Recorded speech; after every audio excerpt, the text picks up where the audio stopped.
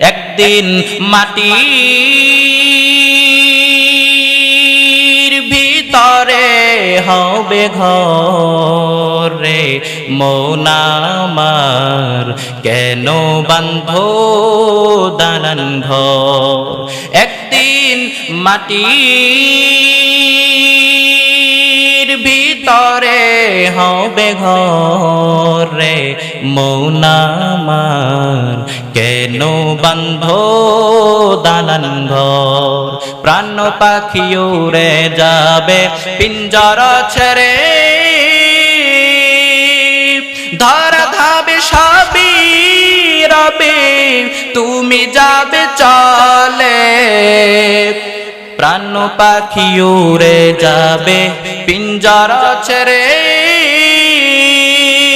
ধরা ধাবে সবই রবে, তুমি যাবে চলে। বন্ধু বান্ধব যত মাতা পিতা দ্বারা সুত, বন্ধু বান্ধব যত মাতা পিতা দ্বারা সুত, সবই হবে তোমার পরে মন আমার, কেন বাঁধো দালান ঘর রে মন আমার, কেন বাঁধো দালান ঘর। কত সুন্দর ইসলামিক গান, কিন্তু মুসলমান ইসলামিক গান গাইতে চায় না। ইসলামিক গান ভালো লাগে না। ভালো লাগবে কেমনে?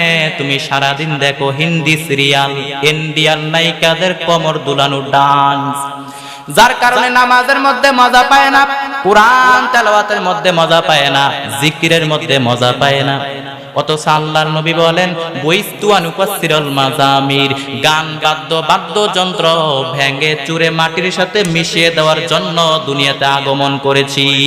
আর ওই নবীর উম্মত গানের আয়োজন করে, গানের কনসার্ট করে, মাঝে মাঝে গায়ে হলুদের অনুষ্ঠানের মধ্যে গিয়া দেখা যায় এমন ভাবে বক্সের মধ্যে গান লাগায় দেয়, এমন ভাবে বিট তৈরি করে ডান্স করতে মনে চায়, ঠিক কিনা?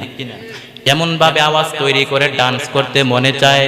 ইসলাম বলে না না, যেটা তোমার অশ্লীল বানায় দেয়, যেটা তোমার পাগল বানায় দেয়, ওই সমস্ত গান গাওয়াও যাবে না, শ্রবণ করাও যাবে না।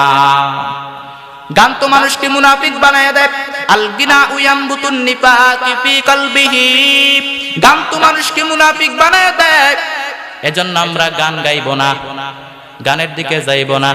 যে গান যৌবনের জ্বর তুলে দেয় ওই গান আমরা গাইব না, আমরা গাইব ইসলামের গান। এজন্য লোকমান হাকিম বলেন জিহ্বা যদি ভালো হয়, জিহ্বার চাইতে ভালো অঙ্গ দেহে হয় না। জিহ্বা যদি খারাপ হয়, জিহ্বার চাইতে খারাপ অঙ্গ আর দেহে হয় না। এই জিহ্বা দিয়ে যদি কোরআনের তেলাওয়াত করেন, এই জিহ্বা দিয়ে যদি সত্য সাক্ষী দেন, এই জিহ্বা দিয়ে যদি আপনি হককে সাপোর্ট করেন, এই জিহ্বা দিয়ে যদি আপনি ইসলামের পক্ষে স্লোগান দেন, হকের পক্ষে স্লোগান দেন, এই জিহ্বার চাইতে ভালো অঙ্গ আর দেহে হয় না। আর এই জিহ্বা দিয়ে যদি মানুষকে গালি দেন, এই জিহ্বা দিয়ে যদি মানুষকে কষ্ট দেন, এই জিহ্বা দিয়ে যদি মানুষের গীবত শিকায়ত করেন, এই জিহ্বার চাইতে খারাপ অঙ্গ আর দেহে হয় না। মিথ্যা সাক্ষ্য দেন, এই জিহ্বার চাইতে খারাপ অঙ্গ আর দেহে হতে পারে না। এরে আল্লাহর গোলাম, এজন্য জবানকে হেফাজত করব আমরা। জবান দিয়ে উল্টা পাল্টা কাজ আমরা করব না, গান গাইব না। এজন্য আমরা উল্টা পাল্টা কাজ করব না। এরে আল্লাহর গোলাম, আমরা এই জবান দিয়ে কোরআনের কথা শুনবো, কোরআনের গান গাইব, ইসলামের গান গাইব। আল্লাহর নবী বলেন ইয়া আইয়ুহাল্লাযীনা আমানুত্তাকুল্লাহ, আল্লাহ তাআলা বলেন ইয়া আইয়ুহাল্লাযীনা আমানুত্তাকুল্লাহা ওয়া কুলু কাওলান সাদীদা। জবানটারে হেফাজত করো, এই জবান দিয়ে যেন কোনো অপরাধ না হয়। কারণ হাত দিয়ে আঘাত করলে মলম লাগানো যায়, চিকিৎসা করা যায়, কিন্তু কথার আঘাত দিয়ে যদি কাউকে আঘাত দেয়, এখানে কোনো চিকিৎসা চলে না। আল্লাহর নবী বলেন আল মুসলিমু মান সালিমাল মুসলিমুনা মিন লিসানিহি ওয়া ইয়াদি। খাঁটি মুসলমান ওই ব্যক্তি যার হাত এবং জবান দ্বারা মানুষ কষ্ট পায় নাকি শান্তি পায়? শান্তি পায়। আল্লাহর নবী বলেন দুইটা জিনিসের হেফাজত যদি করতে পারো আমি নবী তোমাকে জান্নাতে নেওয়ার জিম্মা নিব। এক নাম্বার হলো জবানের হেফাজত করো, দুই চোয়ালের মাঝখানের মাইয়াজমাল লিমা বাইনা লিহিয়াইহি ওয়া মা বাইনা রিজলাইহি আজমাল্লাহুল জান্নাহ। মায়ার নবী বলেন দুইটা জিনিস হেফাজতের জিম্মা নাও। এক নাম্বার হলো দুই চোয়ালের মাঝখানে জিহ্বার হেফাজত করো, দুই নম্বরে দুই ঠ্যাঙ্গের মাঝখানে লজ্জাস্থানের হেফাজত যদি করতে পারো আমি নবী তোরে জান্নাতে নেওয়ার গ্যারান্টি দিলাম।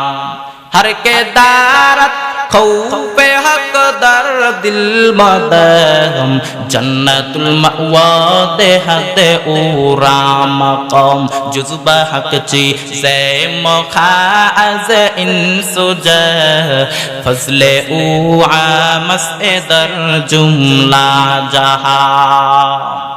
আরে আল্লাহর গোলাম, এতক্ষণ যে আমরা মুত্তাকিনদের আলোচনা করলাম, মুত্তাকিন মানে ওই ব্যক্তি যিনি আল্লাহকে ভয় করেন, যিনি আল্লাহকে ভয় করেন তার নাম হলো মুত্তাকিন।